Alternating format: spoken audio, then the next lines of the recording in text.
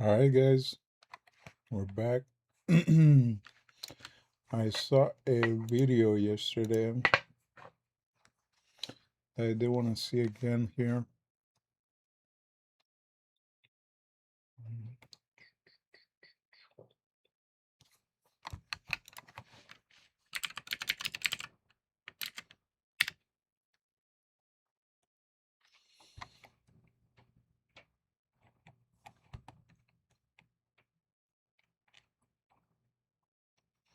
Jeff Tech, nice. Imagine being able to build 200,000.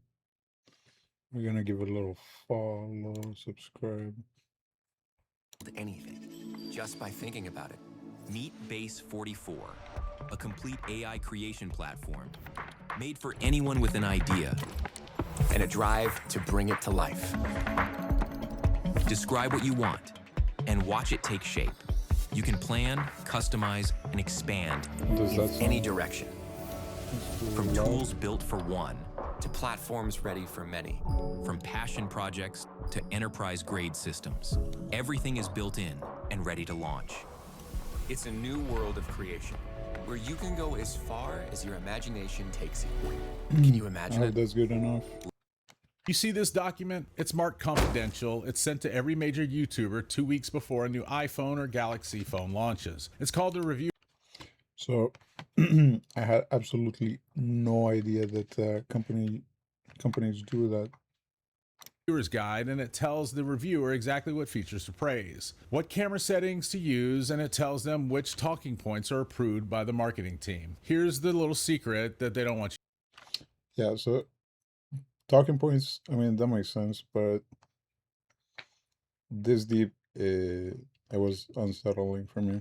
You to know, if your favorite YouTuber doesn't follow the rules that's in this agreement, they don't get the phone next year. Their views drop and their business may die. You think you're watching an honest review? Well, you aren't. You're watching a creator who's fulfilling his contract to keep their access. They're gaslighting you to save their business. And today, I'm going to show you exactly how that trap works. It happens every September. The new iPhone drops, or the new Pixel, or the new Galaxy at exactly 9 a.m. Eastern Standard Time. 10 different videos go live at the exact same second. MKBHD, Mr. Who's the Boss, or Linus Tech Tips. The thumbnails look great, the lighting is perfect, and the analysis is deep, and they all have videos for a product that didn't technically exist an hour ago. Ask yourself how. How did they film, edit, and script and upload a 20-minute video in 0 minutes? The answer is obvious. They've had that phone for 2 weeks. They didn't buy it, Apple sent it to them, or Samsung sent it to them. That's called an embargo. It's a contract. The manufacturer says, Okay, so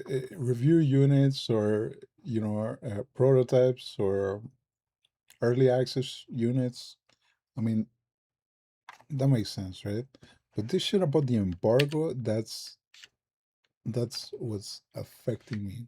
or Samsung sent it to them. That's called an embargo. It's a contract. The manufacturer says, we'll give you this phone early so you can make money with your video on launch day, but we want you to play by the rules when you do it. And make no mistake, that launch day is the only thing that matters to a creator. I was looking at the stats this year, and while overall numbers are getting better, December and January are statistically the hardest months for people struggling with addiction. Actually, overdose rates and alcohol-related accidents spike by over 20% right now because of the stress, the loneliness, or just the pressure to party. So please be careful with yourself and your friends this Christmas. You don't have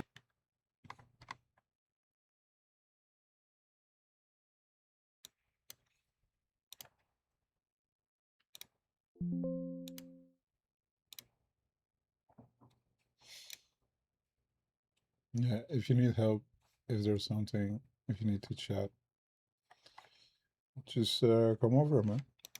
to keep up with anyone, and you don't have to numb out to get through Christmas. If you're struggling right now or you feel like you're slipping, just reach out to me personally. Seriously, send me an email. It's down in the description. I'll help you find the right place or the right person to talk to. You don't have to do this part of the year alone. Please be safe. Enjoy the rest of the video.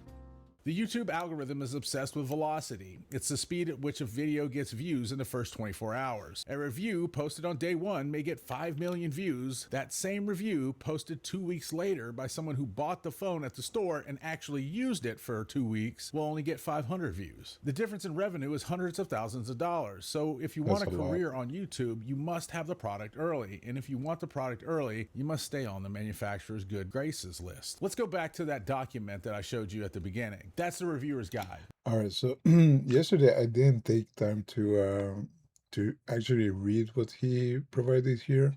So I don't know if it's a mock-up or if it's an actual embargo contract. So let's just quickly read it. December 16, this is actually today, embargo lifts.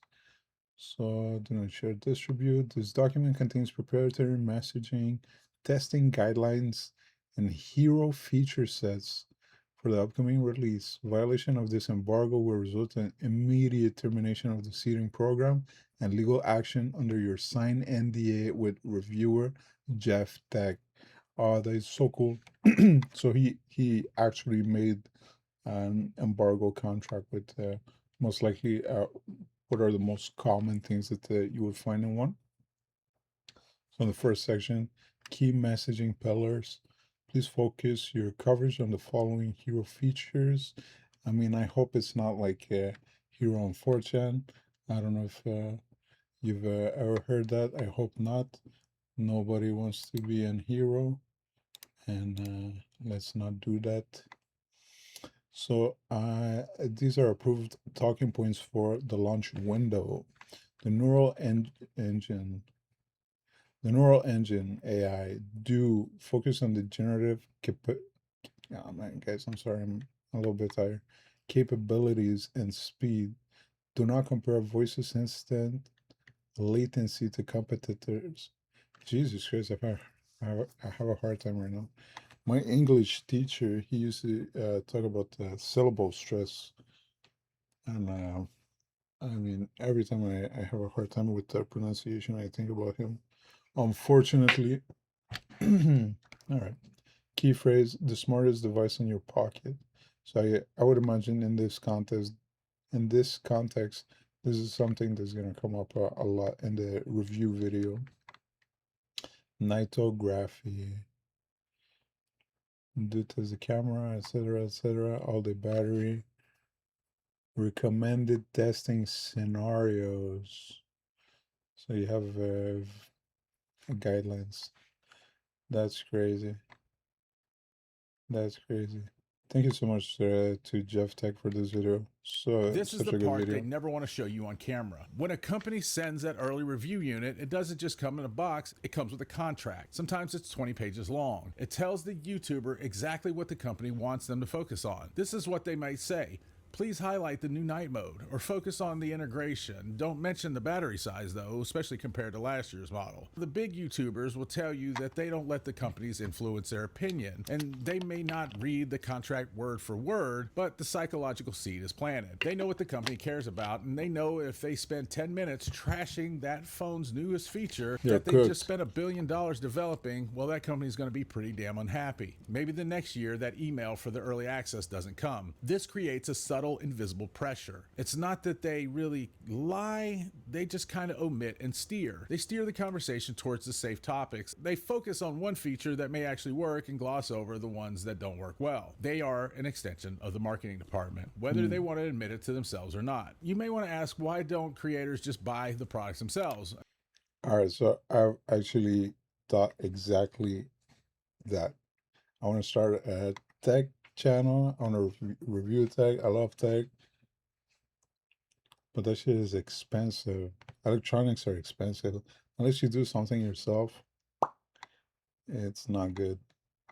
And why don't they just tell the truth? Well, let's look at that. It's a little depressing, honestly. Imagine you want to start a tech YouTube channel today. You want to be 100% independent. You don't want any handouts. You don't want any embargoes. So a new phone launches and it costs $1,200. Well, you have to buy it with your money. Then the new Pixel launches.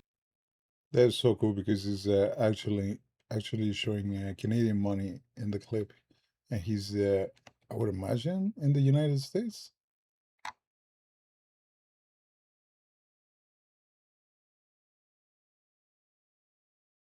Man.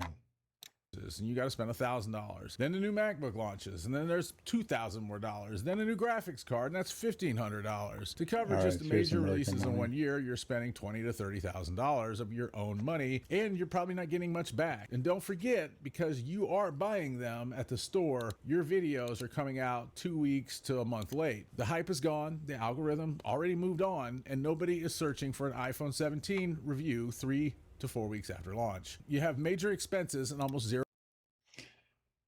I want you to keep in mind this part, because at the end he does give some advice, but I mean it goes directly in contradiction on what he says right here. Zero income coming in from those videos. So this is why you don't see new independent voices rising to the top. The system is designed to bankrupt them. The only channels that can survive are the ones that play the game, the ones that take the free products. Once you understand this pressure, you start to hear it in the way they speak. I call it the language of compliance. Go watch a review from one of these massive channels and listen for how they describe a bad product. You'll never hear them use words like bad or terrible or waste of money. Instead, they use soft language like it's an interesting first step or it has a lot of potential. It's not for the power user, but it may be for you. I'm curious to see what I do wonder, I've never heard that. It's not for the power user, but it might be for you. You're stupid enough to not notice the defects.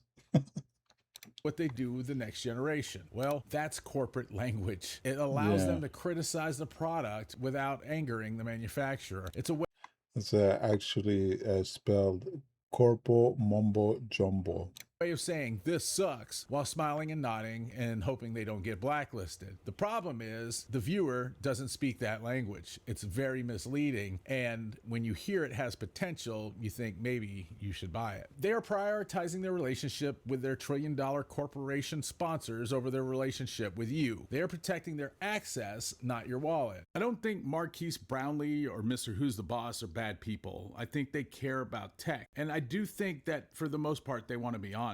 I've seen them be honest. MKBHD really destroyed the Humane AI pen. He called the Fisker Ocean the worst car he's ever reviewed. And I actually agree with both of those things. But you also have to look at the power dynamic. Humane and Fisker were low-hanging fruit. They were safe targets. And look what happened. Humane is basically dead. Fisker's bankrupt. Those reviews help wipe them off the map. And they should. It's not his problem to worry about companies, except for one.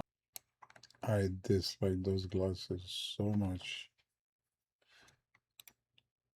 One thing. It's easy to be honest when you are punching down. Do these creators keep the same energy for the hand that feeds them? If Samsung had released a Humane pen, the exact same device, exact same flaws, would MKBHD have titled the video the worst product I've ever reviewed? I think I can answer that. I don't think so. Because of the Vision Pro. I think the Vision Pro does what it does well, but I just don't think it answers any questions. It's a device just like the Humane pen. There's already a way to do everything that Vision Pro does with computers that you already have, and they do it better. But when he reviewed the Vision Pro, he did say that, but it definitely wasn't brutal. It just wasn't as hard. You could tell that he was pulling his punches. If it was Samsung, it would have been titled Samsung's Bold Experiment. They would have said things like, oh, it's a rough first generation, but potential is there. These guys know they can destroy a startup without consequence, but they know if they try to destroy a company like Samsung or Apple, then they'll lose a lot of access. These embargo reviews is definitely a pay-to-play system. To keep your city at the table with the big guys, you have to save your aggression for the little guys. Fisker only had a regular person behind it. Same thing with the Humane AI pen. This brings us to the core of the gaslighting. YouTube feels personal. That's why it works. So when you watch a TV commercial, you know it's fake. You have your guard up. But a YouTuber, well, they're in a hoodie, they're sitting in a bedroom or in a studio designed to look like a bedroom, or they're sitting in a car somewhere and they use slang and make jokes and they sound like a friend. And this is what psychologists call a parasocial relationship. You feel like they're working for you.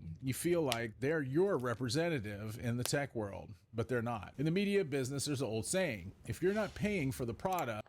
I mean, I don't want to throw shade to Linus, but he's been under scrutiny because of that, right? Then you are the product. You don't pay MKBHD and you don't pay Linus. Samsung pays. They actually both were under scrutiny. MK, whatever, he made that stupid wallpaper ad A fucking subscription service for wallpaper. That is so stupid. How disconnected from reality can you be? And Linus, I don't remember. I think the oh man, I don't know. I think that the product he made, they were too cheap. I don't remember. But they both took advantage. Pays them, Intel pays them, or their sponsors pay them. The YouTuber's business model is very simple. Gather a massive crowd of people, and that's you, gain their This is gonna get clipped, by the way, if I ever make it. Just if you don't mind, up to here. Thank you. trust, and then sell that crowd's attention to a big company. When they review a phone, they're not auditioning the phone for you, they're auditioning you for the phone company. They're proving that they can move units. The moment a YouTuber becomes big enough to have employees, an office, or overhead, they stop being a creator and start being a media company. This is another thing I hardly ever think about, because it's disconnected. You see a video. One of the first times I saw that was with the Game Theory channel. So crazy, because at first you're under the impression it's just a couple of people. When you learn more about it, and there's so much people involved, it's a big ass company. And a media company has one goal: revenue. This is where the hypocrisy gets frustrating. We have creators now who are worth $50 to $100 million. They run massive operations. Linus Media Group, Mr. Beast, they're not guys with cameras. These are CEOs. But when they get called out, when they promote a bad product, or when they fail to disclose a conflict of interest, they retreat to the just a guy defense. They say things like, hey guys, we're just trying our best, or we're just a group of friends making videos. They use the aesthetic. I had not noticed that, but I love interest, they retreat to the just a guy defense. They say things like, hey guys, we're just trying. This is good, okay? So no shade on Jeff, because this is a great video, and I think it just makes it even better. Our best, or we're just a group. It's just a group of friends.